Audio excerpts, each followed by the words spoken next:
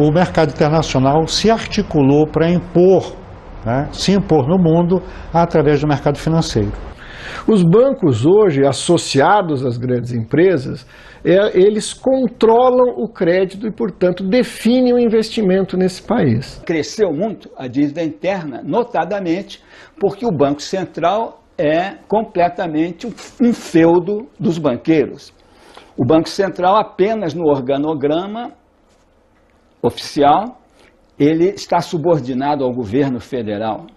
Na prática, ele serve por completo ao interesse dos aplicadores, ou seja, do grande capital, dos banqueiros. Portanto, mudar a política macroeconômica, reduzir a taxa de juros, ter uma taxa de câmbio que seja um elemento de defesa da nossa indústria nacional, seriam elementos fundamentais. Mas para isso é necessário, acima de tudo, uma mudança no quadro político do país. Desde 1994, particularmente, existe uma hegemonia na determinação das políticas públicas dos interesses de bancos e multinacionais. O poder ficou na mão dos banqueiros e das transnacionais. Então, eles são a classe dominante, eles determinam a eleição dos políticos. Mas a gente também tem que criar mecanismos, né, econômicos para romper com a banca internacional, porque a nova ditadura hoje não é a ditadura dos militares, é a ditadura dos banqueiros.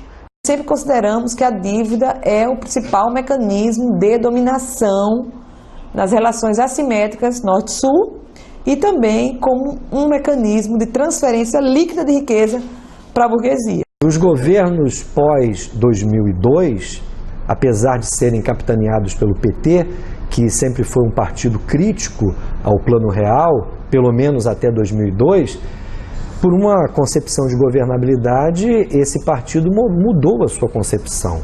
Do seu ponto de vista macroeconômico, ele deu sequência ao que vinha sendo feito desde os anos 90. Boa parte da chamada credibilidade do governo Lula se deu justamente por esta surpresa para os banqueiros e financistas internacionais. O partido que sempre sustentou a denúncia de todas as consequências nefastas do modelo liberal no Brasil, simplesmente capitulou quando chegou no governo. Ele nomeou o Henrique Meirelles presidente do Banco Central, e o Henrique Meirelles era o presidente do Bank Boston, que era um dos credores do governo brasileiro. Portanto, inimaginável a gente ter um presidente de banco transnacional virando gestor do Banco Central, que é a chave, né, do sistema da gestão financeira. A dívida continua crescente.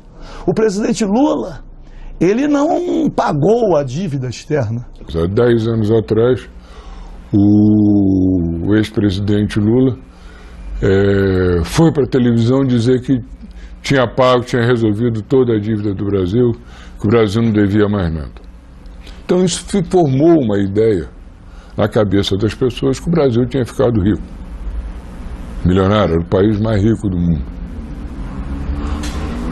E hoje está aparecendo aí 2 trilhões de dívida. Você trocou uma dívida com FMI a juros baixos por uma dívida com bancos privados a juros altíssimos. O pagamento ao FMI foi um pagamento de apenas 15,5 bilhões de dólares, que aconteceu em 2005, e foi uma operação que trouxe grandes prejuízos financeiros ao país, porque a dívida com o FMI custava apenas 4% ao ano de juros.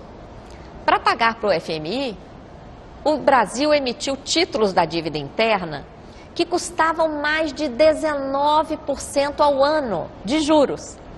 Então, foi uma operação que não trouxe nenhum benefício ao país, ao contrário.